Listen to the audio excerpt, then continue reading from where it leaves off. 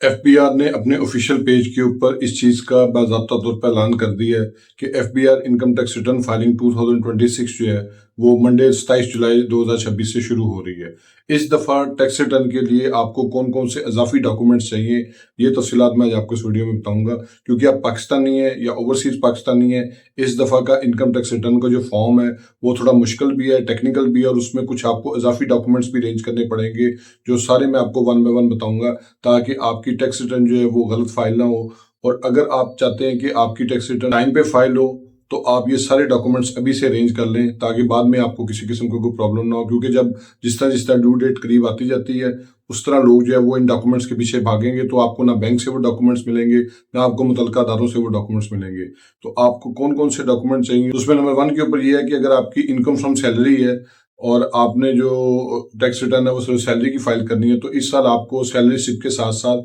अपने एम्प्लॉयर का नाम और आपके एम्प्लॉयर का जो एनटीएन नंबर है वो भी साथ में चाहिए। क्योंकि जो इस साल टैक्स रिटर्न में उन्होंने फॉर्म अपडेट किया है, उसके मुताबिक आपको अपने एम्प्लॉयर का ID card number, NTN number, registration number ये आपको देना पड़ेगा। उसके बगैर आपकी टैक्स रिटर्न जो है वो फाइल नहीं हो सकेगी। और ये सिस्टम भी ऐसा है कि जैसे ही आप एनटीएन नंबर एंटर करेंगे, तो सिस्टम उसको खुद ब खुद सर्च करेगा कि अपने रिकॉर्ड के अंदर कि क्या वो शख्स जो है वो एफबीआर में रजिस्टर्ड है या नहीं है। नंबर टू पे ये है कि अगर आपको फॉरेन रेमिटेंस आ रही है, किसी ने आपको रेमिटले से टैप टैप, वेस्टर्न यूनियन या डॉलरीज या इसके अलावा जो है वो अकाउंट टू अकाउंट ट्रांसफर की है, तो इस साल आपको जो है वो उसका एनटीएन नंबर भी चाहिए, और साथ आपको उसका नाम तफसीलात जो है वो देनी पड़ेंगी कि वो शख्स जो है वो कौन है जो आपको बाहर से फॉरेन रेमिटेंस भेज रहा है, और उसका आपके साथ रिलेशनशिप क्या है। और इस हवाले से जो है वो एंट्रीज जो है वो एफबीआर ने अपने इनकम टैक्स रिटर्न फॉर्म में कर दी है। तो इस साल आपको ये इजाफी इन्फॉर्मेशन भी चाहिए। नंबर तीन पे यह कि अगर आपने कोई लोन लिया है, तो मामले में भी आपको जिस शख्स से आपने लोन लिया उसका आपको एनटीएन नंबर देना जरूरी है, उसका नाम बताना जरूरी है। उसके बगैर जो है वो आपकी ये एंट्री भी जो है वो मुकम्मल नहीं हो सकेगी। फिर इसी तरह जो है वो बिजली पानी और इंटरनेट का जो बिल होता है, उसके अंदर भी आपने जो है वो उसका जो टैक्स सर्टिफिकेट है वो कलेक्ट करना है। तो जो इसमें जो आपका इंटरनेट का बिल है वो आपका सर्विस प्रोवाइडर देगा आपको, लेकिन जो बिजली का बिल है वो आप स्क्रीन के ऊपर देख सकते हैं कि लेस्को की वेबसाइट है जिस तरह, उसके ऊपर जो है वो टैक्स सर्टिफिकेट का एक अलग से पोर्शन होता है। वहां जाके आप अपना जो है वो यूजर नेम आईडी बनाएंगे, और उसके बाद वहां से जाके आप जो है वो अपना पूरा बिल का जो टैक्स सर्टिफिकेट है वो डाउनलोड कर सकते हैं। और इस तरह उसको ये फायदा होगा आपको कि उसमें जो आपका टैक्स की एडजस्टमेंट है वो मिनिमम है या एडजस्टेबल है, वो उसकी एक डिफरेंट सिचुएशन है, उसके मुताबिक आप इसको जो है वो प्रोसीड करेंगे। फिर इसमें एक और चीज़ भी है कि ये अगर आपका महाना बिल 25,000 रुपये से ऊपर जिस माह में आया हुआ है, उसके अंदर सिर्फ आपका टैक्स कटा होगा, इसके अलावा जो है वो आपका टैक्स डिडक्ट नहीं हुआ होगा। और फॉरेन रेमिटेंस के मामले में एक और चीज़ भी है कि आपने पीआरसी सर्टिफिकेट जो है वो अपने बैंक से जरूर लेना है। क्योंकि अगर आपने जो है वो आपको अकाउंट टू अकाउंट ट्रांसफर हुई है फॉरेन रेमिटेंस, तो आपने जो है वो बैंक से पीआरसी सर्टिफिकेट लेना है।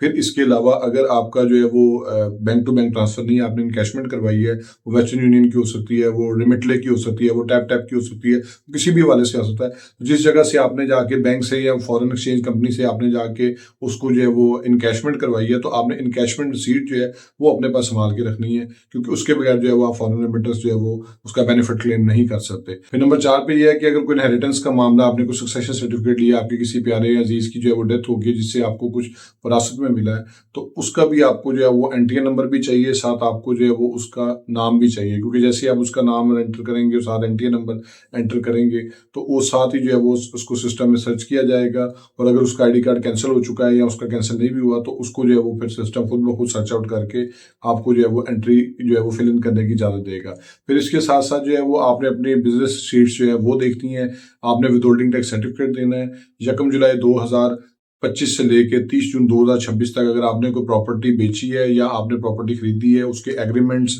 उसके 236 के 236 सी के चलान, फिर उसके साथ साथ जो है वो आपने जो सेल डीड आगे प्रोसीड की है, सेल डीड की कॉपी, ये तफसीलात आपको प्रॉपर्टी की हद तक चाहिए। फिर इसके अलावा जो है वो आपने जो अगर कोई 1 जुलाई 2025 से लेकर 30 जून 2026 तक के दरमियान अगर आपने कोई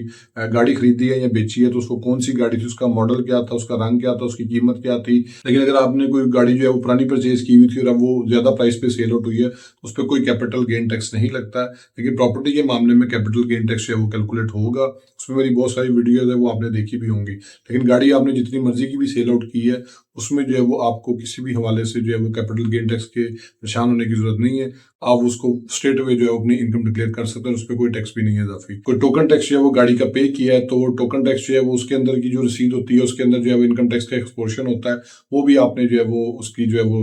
बीच में मेंशन करना है। फिर इसके साथ साथ अगर आपने जो है वो कोई नई गाड़ी परचेज की है तो आपकी नई गाड़ी की बुकिंग टाइम पे आपसे एक एडवांस जो है वो विद होल्डिंग टैक्स कैलकुलेट कर लिया जाता है, उसकी तफसील भी आपने कलेक्ट करनी है ताकि आप उसको जो है वो एडजस्ट कर सकें या आप उसको जो है वो क्लेम कर सकें। आपके जितने भी मोबाइल नंबर्स हैं आपने उन मोबाइल नंबर्स जो जिस जिस ऑपरेटर्स के हैं वो जैस का है, वो मोबिलिंक का है या वारिद का है या इसके अलावा जो यू फोन है, जोंग है, आपने इन सब के जो है वो मोबाइल ऐप्स जो है वो डाउनलोड करनी है और वहां से जाके आपने इसका मोबाइल टैक्स सर्टिफिकेट जो है वो डाउनलोड करना है ताकि आप जो है वो उसको जो है वो अपना जो आपने टैक्स कटवाया अपने हर किस्म के लोड के ऊपर जो आपने जितना भी पूरे साल में किया है उसका भी आप बेनिफिट जो है वो ले सकें। फिर इसके साथ अगर आपने कोई लाइफ इंश्योरेंस ली हुई है और लाइफ इंश्योरेंस जो है वो आप उसका प्रीमियम दे रहे हैं हर साल, तो आपने उसका जो है वो इंश्योरेंस का जो सारा जो कार्ड है उसके मुताबिक आपने कितना प्रीमियम पे किया या इवन कोई आपने प्रॉपर्टी भी इंस्टॉलमेंट पे परचेज की है तो उसकी डिटेल भी आपने मेंशन करनी है कि उसमें आपने मंथली जो है या ईयरली जो है वो कितना टोटल प्रीमियम जो है या इंस्टॉलमेंट जो है वो आपने पे की है और वो आपकी टोटल वैल्यू के अंदर जो है वो ऐड होगी। तो होप्स आपको ये वीडियो पसंद आई होगी। मेरे फेसबुक पेज को लाइक करें, यूट्यूब चैनल को सब्सक्राइब करें ताकि लीगल टॉपिक रिलेटेड इसी तरह एडवाइस मैं आपसे करता हूँ। Thank you for watching.